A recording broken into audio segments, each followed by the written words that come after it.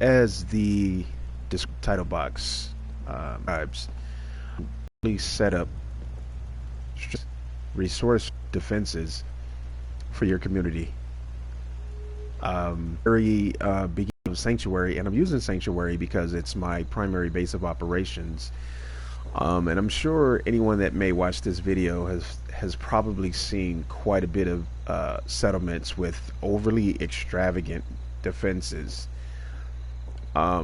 If you set your settlement defenses up properly, you really don't have to worry about a lot of enemies attacking your settlement. If you watched any of my previous videos, especially my benevolent leader video, during the process of acquiring my benevolent leader trophy, we were attacked, weirdly enough, by rad scorpions. And I've never seen that before in all of my time playing Fallout 4. I've never seen that. So it was interesting to me to see my community being attacked by rad scorpions, considering that I've basically covered almost every inch of Fallout 4 and I've never seen any scorpions near Sanctuary. So I find it a bit amazing that the one enemy that tries to attack my community through the process of trying to achieve the benevolent leader trophy would be rad scorpions. So I said, okay, that was unusual. So I basically looked at it like, okay, anything can happen. Now getting back to the point of one very important tip that I want to express in this video is the amount of resources that I see most people waste in building defenses for their settlement. I've seen a lot of videos where guys start off at the bridge entrance to Sanctuary, and their settlement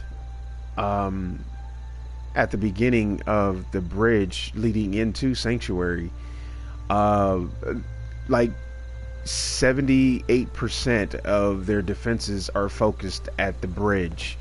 And believe it or not, I've watched countless videos, and I've actually spent a lot of time at Sanctuary, you know, sleeping 24 hours, sleeping 12 hours, you know, etc.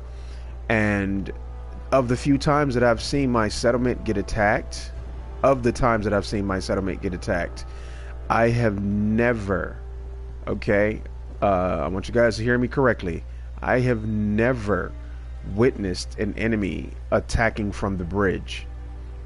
So I say that to say this, that your frontline defenses does not, and I repeat, does not have to be overly extravagant. Okay, in the beginning, when we all start out, you know, we want to build up these extremely large and outrageous defenses because of what we saw at the E3 show regarding, you know, settlement building and how, you know, raiders were attacking the community. Well, we didn't understand the magnitude of how they attacked, and, you know, how many times they attacked, and, you know, what happened. So we kind of just played it by ear and just put up an asinine amount of defenses. But what I've managed to do over the time that I've been playing the game is I've learned what to do and what not to do. And what I have learned not to do is to naively waste resources. So what I'm going to show you guys at the beginning of this video is how simply you can put up the most modest defenses and save resources at the same time, but have a very effective defense, you know, for the entrance to your community. So without further ado, let me start off by saying this. There's only so far that you can go before you're not allowed to build anything. So if you can see the green bar below the bridge, that's your build limit in terms of the border to how far you can build out. Now I'm showing that because if you look right here, there's a section of the bridge that's completely demolished, and obviously we cannot repair that. So you could use it to your advantage without putting anything of necessary importance here. Like if you go into your wooded area here, I'm sorry, let me go back here. If you go into this section here and you go to junk fences, and you put up a couple of these junk fences, put them side by side in front of each other, and that basically prevents anybody from coming across the bridge. Now, to each his own. If you prefer to have enemies try to come through and, you know, attack, that's your choice, obviously. But if you want to preserve your resources and use very little resources to build defenses, then this video is perfect for you. Now getting to the defenses, so you could see in coming towards the settlement, it doesn't look like I have really good defensive setup, but we all know looks can be deceiving. Now if you look here, you can see a turret here guarding that side, and you see a turret here guarding that side. Now if you notice, I have lights near all the turrets and in certain areas. If you look here, I have two and only two turrets sitting here. So I have a total of 4 turrets. I have 2 guard towers, and if you look at the way that I built this in such a way that the guard towers have a viewing advantage, or their viewing cone is basically 360 degrees. And so they have a height advantage over anyone that tries to attack. And then I have the 4 turrets, so we have 2 turrets right here on both brick stationary sections, and then we have 2 turrets here. Okay. If you've ever witnessed turrets, especially if you have them bunched together, if you've ever witnessed at least 2 turrets together in the same position or location, they are very effective just by themselves. You notice I don't have any laser turrets. I don't have any missile launchers. I just have 4 turrets, and I have 2 guard towers. Both guard towers, each person at the guard tower has a rocket launcher. One person has a high speed minigun. One has a heavy assault rifle. They both have melee weapons. They each have a serrated machete. They both have at least 6 grenades, 6 Molotovs. So what I'm basically showing you guys is just how effective the minimal amount of defenses can be if you just take the time to really consider the resources that you're using. I don't have any extravagant structures, as you can see, and I built this way, for strategical purposes. Sanctuary is a pretty large community, so there's a lot of area to cover, and obviously your build limit can fill up quick. So if we stand here, you can basically see in 360 degree viewing angle that this particular guard can see everything, as well as the other guard on the other side. Okay, and I'll do a quick walkthrough of Sanctuary to show you key traps and things that I have set up. And anyone interested in knowing, I am level 83. This is my main playthrough. I have a couple of other save files with other characters that I'm building up. This is my primary, and this is the one that I'm using to show you guys the best tactic to defending your community without stressing out your resources. So you know that it doesn't take a whole lot to build the turrets, and obviously these foundational pieces does not take a lot as well. And the walking space, or the clearance space under here, is just high enough for the Brahmin caravans to pass under without being affected. So we go back up here. You can see I have a chair right here for this person to sit down, and you can see the walk space that they have here. So both of my guards can walk through, and there's a chair here for this guy, and you can see right here the bridge leading into and you can look to the left here, and you can see that I have 3 industrial water purifiers, and then there's another guard tower over there, which I'll go over there in just a second. So you could see at the beginning of Sanctuary, at least for my Sanctuary, I'm not using a whole lot of defenses to guard this area. Sanctuary is a little too large to focus on heavy defenses in one area, and that can actually be damaging or crippling to your defenses if the bulk of your defenses is focused on one location. So if you're cautious and careful in the way you set up your defenses, you can actually spread your defenses out to all of the weak points in Sanctuary. And there's quite a bit of weak points in Sanctuary. You can see here how open I have this area over here, and I have it like that on purpose because this particular area, there's absolutely nothing going on over here. If you look at the map, the only thing over here is Vault 111, but everything in this area, I mean everything in this area is exactly what you see.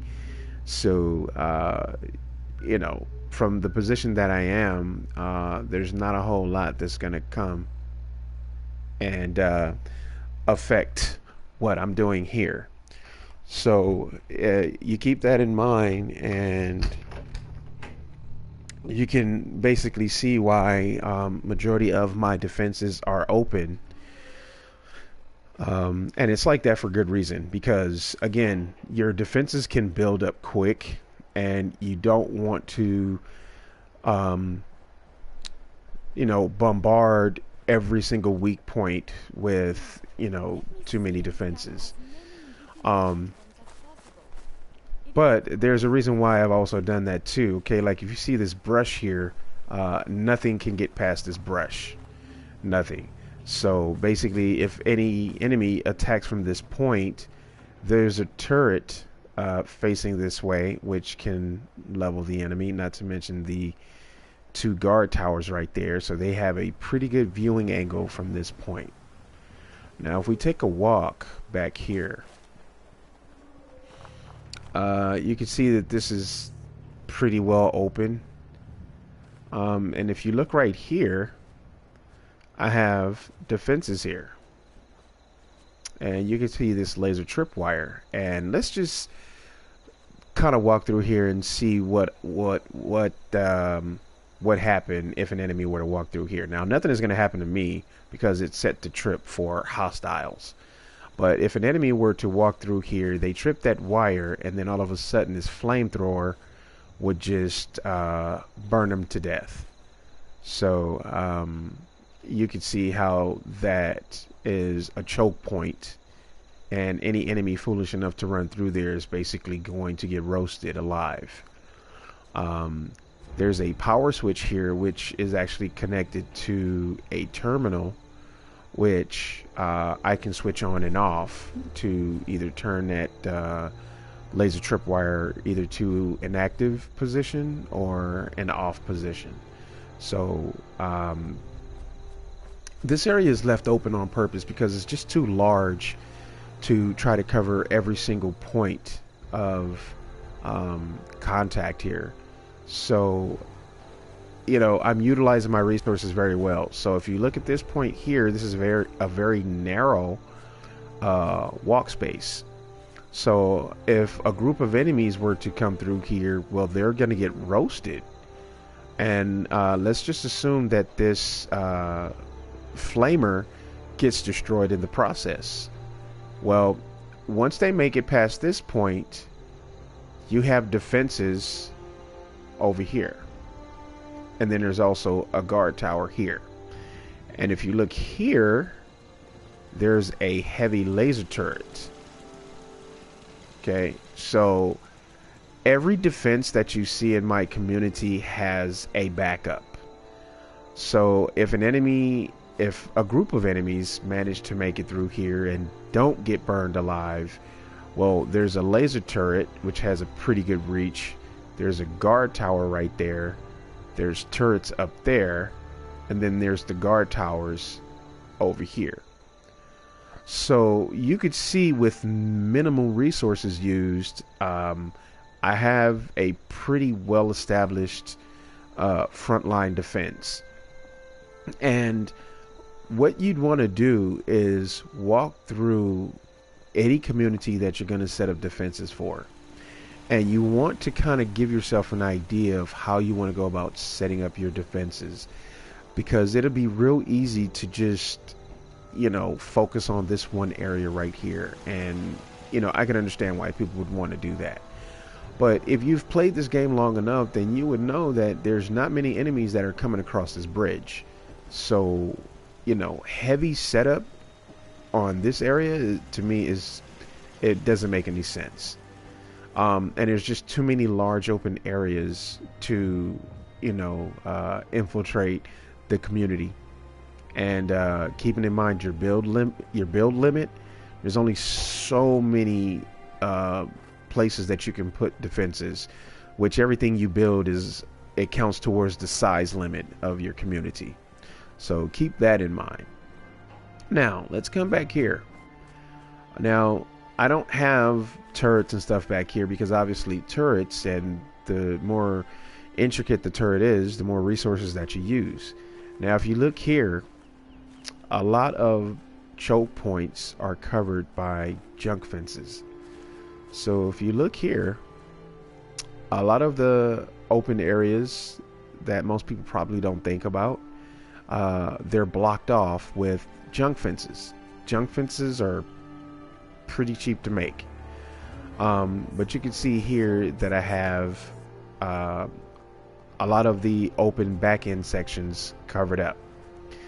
And if you look at this one area right here, this is the area at the beginning of the game when you're running down the street and you run towards, you know, Vault 111.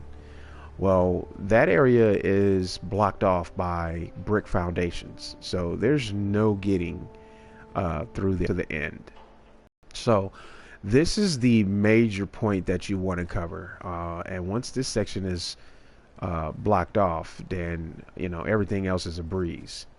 You can see that I have another junk fence here, and if placed right, you don't have to worry about the enemy trying to get inside of the community. There's a gap there, but nobody's getting in there because it's like a little rocky cliff, but it's there in case an enemy wants to climb up over the rocks and get through. Moving on, you can see all the other sections that are blocked off. There's no getting through there. And again, I'm using junk fences because putting anything else up here, turrets at all of these open locations, is just a waste of resources. So I'm just giving tips on how you can reduce where and how you want to build your defenses. Junk fences are pretty cheap to put up. So if you block off all the sections with junk fences, you're using the minimal amount of resources. Okay. So you can see here all of the junk fences that I have up, blocking off this whole back section here. So you don't have to worry about any enemies coming from back here. Now I'm gonna put my head down here and walk to the other side of my defenses. And I'm walking through defenses here because I kind of want to show you guys how I have it set up. But let's go over here. Okay. So we have my water purifiers over here. Now I've never seen enemies attack the water purifiers, but you know, you never know what can happen. So the water purifiers are heavily protected. A heavy laser turret and a rocket launcher. There's a machine gun turret, heavy machine gun turret there. And obviously, because of the valuable assets that I have here, I don't want anything attacked or destroyed. And for good measure, I have a guard tower here. And if you look along here, there's also a turret here. Okay. Now, I could have easily put brick slabs here and closed this off, but what happens is when you start to put the larger fabrication pieces, it tends to add to your build limit fairly quickly. So by keeping your build size to a minimum, you can put more strategic defenses down rather than reaching your build limit and having less defenses. So I chose to leave the area open, but what I did was I placed turrets in key locations. So you can see a turret here which guards this open area here, and moving on, I don't have anything on this area because of the distance that the enemy would need to travel to get to the rest of my community. And I actually am leaving these spaces open because they add to your build limit fairly quickly. So putting structures on these two empty spots would add to your build size fairly quickly. So I left it open so that I can have a clear line of sight to any enemies that may try to attack. So you can see here, here's a wider angle. Hi Curie, excuse me. You can see that I have an ample amount of turrets. Now you're probably saying, well, you know, you have your basic turrets, but you know there's laser turrets and heavy laser turrets and rocket launchers. Yes, there are, but I'm going to explain to you why turrets are your best defense, and it doesn't have to be a lot of turrets. But I'm going to tell you why turrets are your much better defense. Okay. Rocket launchers are good and high powerful defenses. They require a large amount of resources to build, and if they're damaged, and usually if you watch any of my other videos, my defenses are usually off the ground. But because of the heavy defense in this area, it's okay to put them here. And besides, I have defenses covering this entire area. But heavy missile launchers takes time to fire each rocket. And laser turrets, you know, can fire, but the farther a laser has to travel, the less damage it does. And this is true regardless of what Fallout you play. That's always been the case, because if you look at it in a realistic sense, a laser is most powerful at a certain distance, but as that distance tends to spread out, the laser becomes ineffective the farther it has to travel. But machine gun turrets has an unlimited amount of firepower, and they have the farthest reach out of any defense you can build. Meaning, they can shoot at an almost unlimited range, and they can hit targets. They can track multiple targets. Unlike any other defense, machine gun turrets can track multiple defenses. And if you put, like what I have here, I have 1, 2, 3, 4, 5, 6, not to mention 7, 8. If you've ever watched your settlement get attacked, now let's just say you watched your settlement get attacked, but you didn't engage the enemy. You just watched to see what your defenses can do. If you've ever watched your machine gun turrets, they will dissipate an enemy real quickly. They will take care of an enemy real quick. If you look at my benevolent leader video, when I tried to get my my settlement, we got attacked by scorpions, and all I had up was machine gun turrets. And this particular section here was attacked by at least 6 scorpions, and every single one of my turrets here wasted every last one of the scorpions. And they were pretty nice sized scorpions. They weren't, you know, pushovers by any means, but they got wasted because of the machine gun turrets. Machine gun turrets can track multiple targets, and if you put a bunch of them in one location, they will rip apart anything that comes at you, even death claws. Now, I'm sure that there's never been a community attacked by death claws, but if there were, trust me, you'd want to have machine gun turrets as your frontline defense. And the amazing thing is, the turrets do not cost a lot of resources to build. So take that into account when you're building your defenses. Use those turrets. You know, either the basic turret, the tripod, which is this one here, or the heavy machine gun turret, which is this one here. Okay, so definitely utilize those. If you look at this area here, it's open, which I like that because it means that my defenses, either my automated or my humanoid defenses, they have an open viewing area, and they can attack the enemy fairly quickly. So if you're a guard on this tower, you can pretty much see everything around.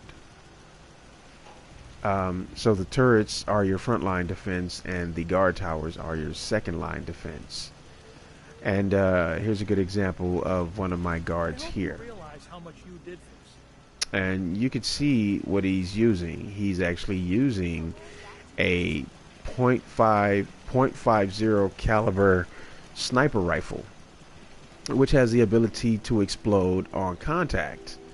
So all of my guards have the top gear, and they also have top weapons. If you're going to go through the trouble of building defenses up, do not discount your settlers. You give them the proper gear and the proper weapons, and they can do just as much damage as your automated defenses. So you can see my guards, they are pretty well protected, and they have the weapons to back them up. And then you can see right here, there's another guard tower, that I'm using to block off this section, so the enemies can't get through there. All of the points of contact that you definitely want to protect are covered. And even though I have the junk fences back there, I still have turrets as a backup.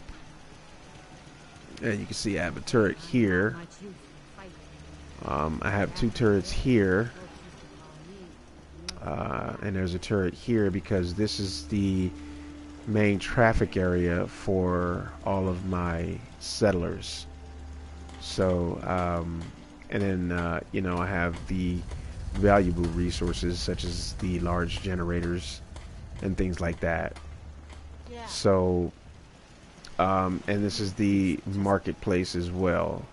So this area has to be protected at all costs.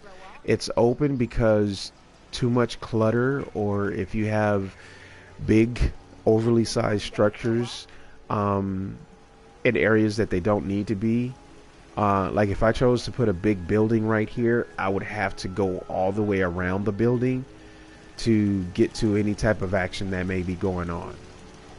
So to eliminate having to you know, get to a particular area that's being attacked, you know, a little too late, I leave a lot of the area open so that each area can be easily accessed. And you can see my guard tower here, which is a backup to the backup defenses. And also too, in your settlement, if you see this right here, this is something you want to put in your settlement. This is something you really want to have in your settlement. This is something important to put in your settlement because what this does, when this switch is flipped, and you definitely want to put it near a guard tower because they automatically know that if the community gets attacked, you want to run for this and you want to hit that switch. And what happens is it basically sounds off just like you know, a fallout siren is supposed to sound. And once that is triggered, every community member or every settler is going to break out their weapons and they're going to go into defensive mode, and they're going to be ready to basically destroy anything. They're going to destroy anything, you know, that comes near the settlement. So the siren is definitely something you want to have in the community, and it's absolutely critical to have this, especially near a guard tower, because the first thing they're going to do when they see enemies is they're going to go for this. And it's not a controlled switch, which means that you would have to manually turn it on and off. So once it's turned on, after about maybe 45 seconds to a solid minute, it'll then turn off, or you can manually turn it off yourself. Okay. This is my garden here. There's a turret here, and there's only one turret here because it basically has the ability to stop anything. So a group of ghouls coming through here are gonna get wasted, so I ain't worried about that. And again, this area is open, and you probably can't tell, but there are defenses around, so I'm not worried about this area. So if we go up here, I need to get back to Diamond City one of these days. Biggest one I okay, ever saw. and here's my terminal that basically operates all of my defenses. You can see that I can operate my optical sensors, switch controls, turret controls, and spotlights. So everything is controlled that requires input. Everything is controlled from this point. Okay, so if we go up here, This is the rooftop of the community center. And you can see up here, there's a radio beacon, and there's generators all the way around. And that is strategically done that way so that my generators aren't attacked by enemies. And obviously this is too high up for them to reach anyway. And if you look at every single point on top of this roof, I have a turret. Regardless of the type of turret, I have a turret. So this particular turret here, is very important to understand. If you can see the guard towers and the bridge defense that I have set up in the background, this turret is capable of shooting any enemies that comes across that bridge. I wasn't lying to you when I told you these turrets, these machine gun turrets, have a very far reach. So this turret here basically can cover this entire area, and that's just this one turret. So you can now see from this point of view, there's a reason why I didn't put anything on the ground over here. Okay, and that's that one. And then if we go down here, we have a laser turret here. Now this laser turret is more than capable of reaching any one of these points of contact with great effectiveness. Now if you wanted it to shoot towards those power towers in the background, no, it's not going to reach there, but it will definitely reach to that foundation, to that structure there, and anywhere in this particular vicinity. So you can see that this turret has a pretty good advantage point, and this is backup to the backup to the backup. Same over here, another laser turret, which is also providing backup defenses to this particular area. So every point of contact on this roof has a turret which provides aerial defense, so to speak, to the rest of the community. So if you look from every point on top of this roof, these turrets can cover just about every single point, whether it be a choke point or it be a high traffic point. Each one of these turrets can cover just about every square inch of this community. So that's why you could see a lot of open areas with not a lot of defenses, because it was real key in how you set up this community. Now if you look back over towards this area on the other side of this house, usually you see people put large structures over there, or they may put one on that foundation there near the entrance to Sanctuary. And the problem with that is that you're focusing your community in one location rather than covering every single point of entry into this community. This location where this structure is that I'm standing on is very strategically placed, because it has an advantageous view of every point of entry into the community. So you could see from every turret's point of view that it can cover every single possible entry into this community, no matter what angle it's at. And I designed this structure for that very purpose, to be able to shoot in 360-degree viewing angles. So each one of these turrets are capable of assisting each other in firing on the same enemy or firing on completely independent enemies. So this right here is the heart of my defense, and I really don't have to worry about anyone attacking this community, because the way that I have it set up, you know, it's strategic. and you can see the turrets that I'm using um, are, you know, the basic turrets. Like, this is just a regular laser turret. It's not a heavy turret.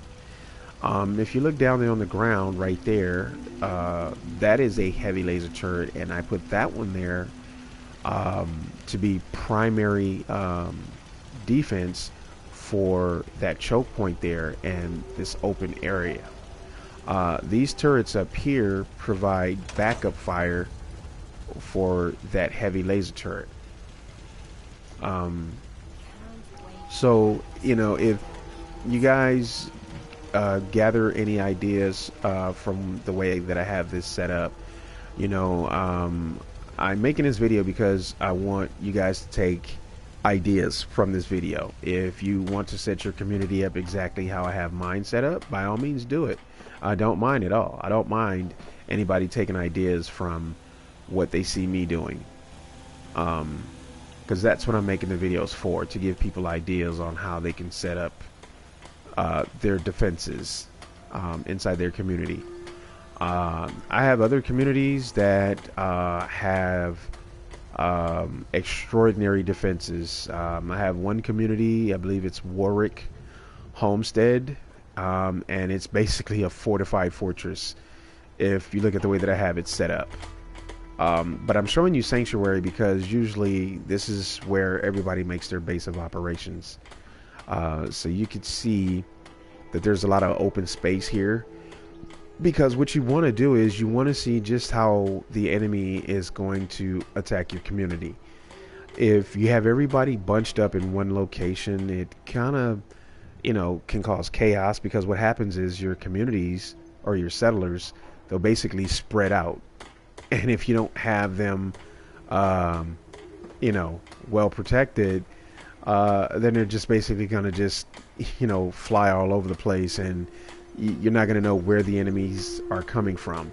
So if this community were to get attacked, if you just stop and just watch where all the firing is taking place, you can go towards that location, and without engaging the enemy, you could see just how well a well-placed defense system will work.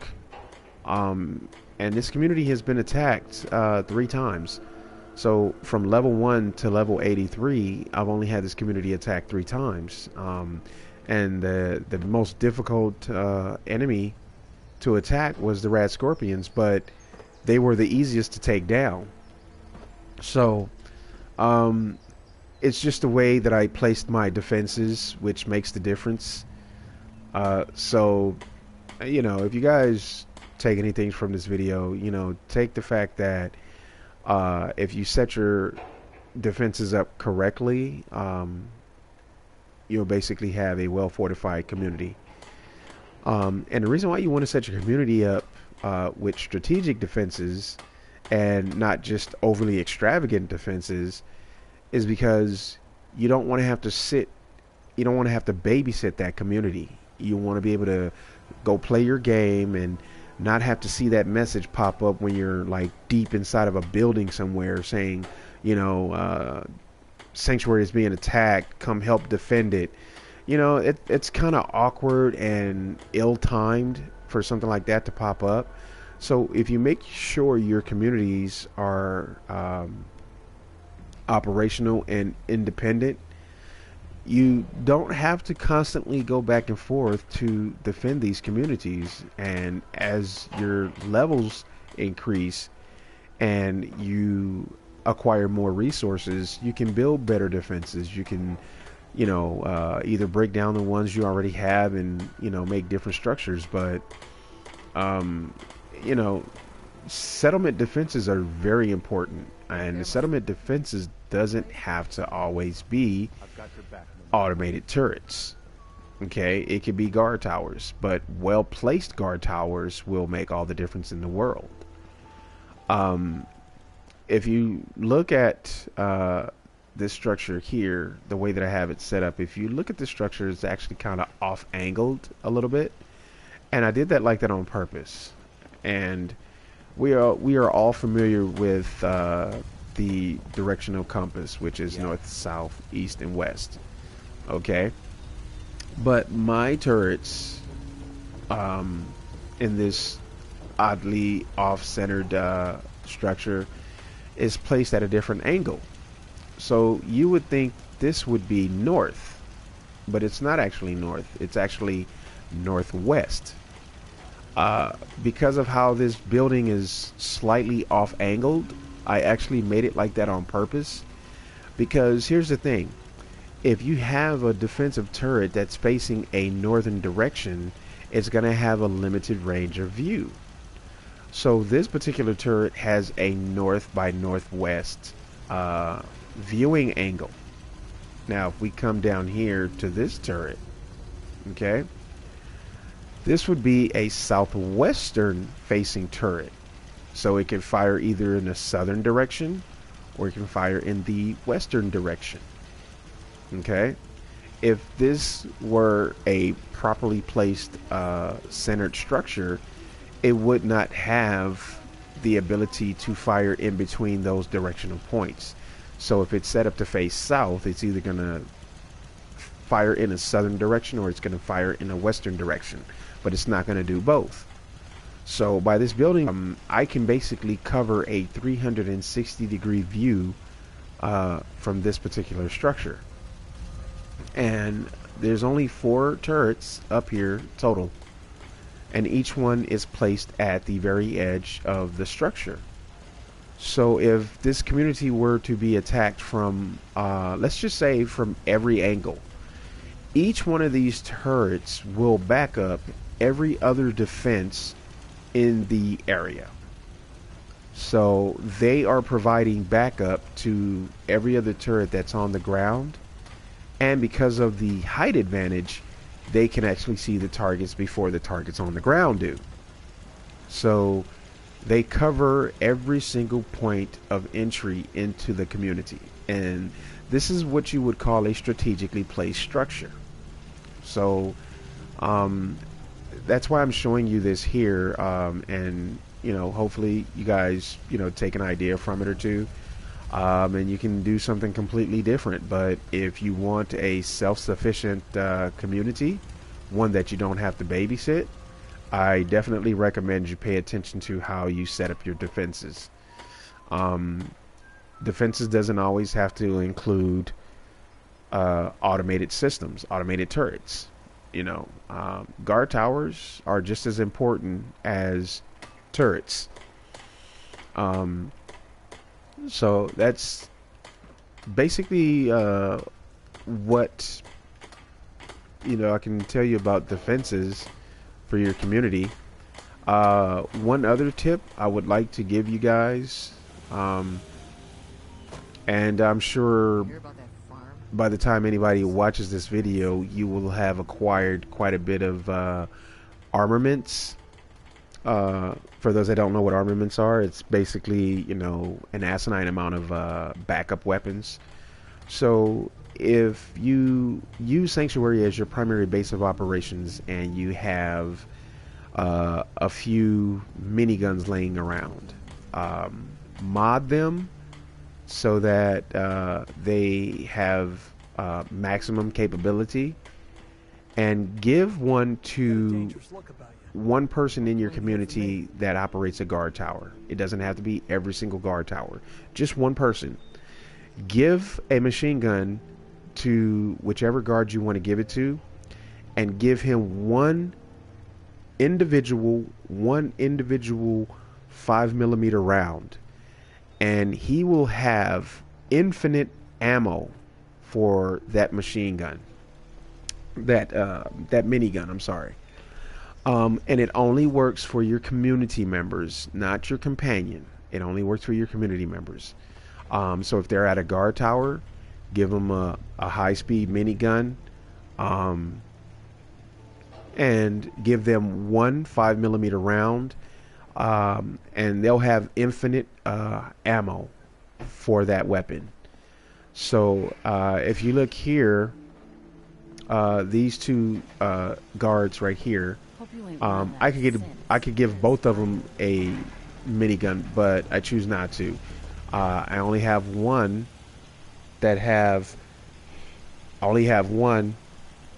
that has the minigun, and that's this guy right here, and he has one individual round for that minigun. My other guard, has her weapons that I gave her, but you don't have to give every single person that operates a guard tower a minigun. Just give one. Preferably one that either operates your bridge defenses or that operates the main community defense. But either way it go, you don't need to give a minigun to every single person. Just someone to operate, um, any one of your guard towers. You can choose that. So that's a tip for you guys. It's not a glitch. It's basically it's a code. It's the way the code, the gaming code was written for Fallout 4. And it was like that even with Fallout 3. I don't know if you guys ever tried that. I don't know if you guys even knew that. But you give a minigun to, your companions in Fallout 3, you could do it. I don't know about Vegas. I never tried it. But with Fallout 4, you can give a community member, a settler, which is another name for them. You can give them a minigun and give them one 5mm round, and they will have infinite ammo for that weapon. And you guys can see all the power armor that I have here. I have way more than this, but I just couldn't keep everything in one location. But the reason why I'm showing you this and telling you this is you could also designate one person in that community. Now, I would only recommend doing this with your base of operations, meaning the community that you do all of your gameplay out of. So whatever is your base of operations, do this with that particular settlement. So designate any particular settler. Whatever you do, don't have the people you first came in contact with when you started the game, the people you met in Concord, the ones that came with Preston Garvey. Don't give any power cores to them. Give a power core, and the power core can be at 1% or 100%. If you have a low power core, a power core with low power, give it to any one of your settlers. Just one settler, not every settler, just one settler. And what happens is when your community gets attacked, that settler will automatically go to a set of power armor, regardless of what power armor it is. They will automatically go to that power armor, or you can command them to get in power armor, and they will basically walk around with that power armor on. And you can give them a minigun with one 5mm round, or you can give them whatever weapon you want. But if you want really good advice, do not, and I repeat, do not give a settler a fat man. You are asking for trouble. So I don't recommend doing that at all. But give somebody in your community a power core, and don't worry about that power core running out of power, because once you give it to a community member, even if it's at 1%, they'll have infinite uses for that power core. It'll never run out of power as long as the community member uses it. So there's a lot of advantages to doing the things that I'm suggesting to you guys, because for one, you give a community member a minigun and one 5mm round, they'll have infinite ammo. You give somebody a power core with, say, just 2% of power left in it, and they'll automatically get in the set of power armor when the community is being attacked, and they can add to your defenses. So I have upwards of almost 300 power cores. So if I wanted to, every single one of these power armors, I can put every single one of my community members in them. However, I don't want to do that. That's chaotic. It's too much work. So just designate one community member with the power core. You don't have to give them a power core that has 100% power. Give them one that has 1%, 2%, 5%, 3%. And they can basically be a line of defense for your community. So without further ado, I don't know if anyone watches this video or will watch this video, but if you do watch the video, you're more than welcome to use any of the ideas that I've given you in this presentation. I have other communities that I have set up with more extravagant defenses, but don't misunderstand that. It doesn't mean that I have crazy defenses going on. It just means that they're more elaborately set up. They're more strategically placed than what you see here. And yes, they can be more strategic than what you see here. But each community requires a different tactic in terms of how you set that community up in terms of defenses. So it depends on how you choose to defend your community. If you want to be in the process of exploring and you're in a building and you get that message that comes up and you got to stop what you're doing to go back to the community, if you want to be one of those people that constantly complains about that, then don't take any ideas or tips from this. Okay, and you just keep bitching and moaning about why you have to keep going back and forth and defending communities. If that's your thing, that's your thing.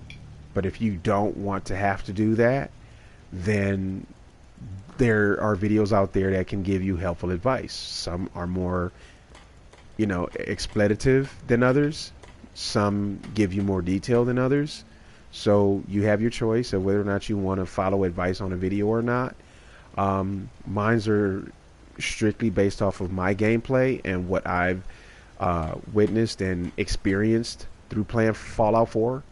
So my advice is based off of actual gameplay and not what I think works.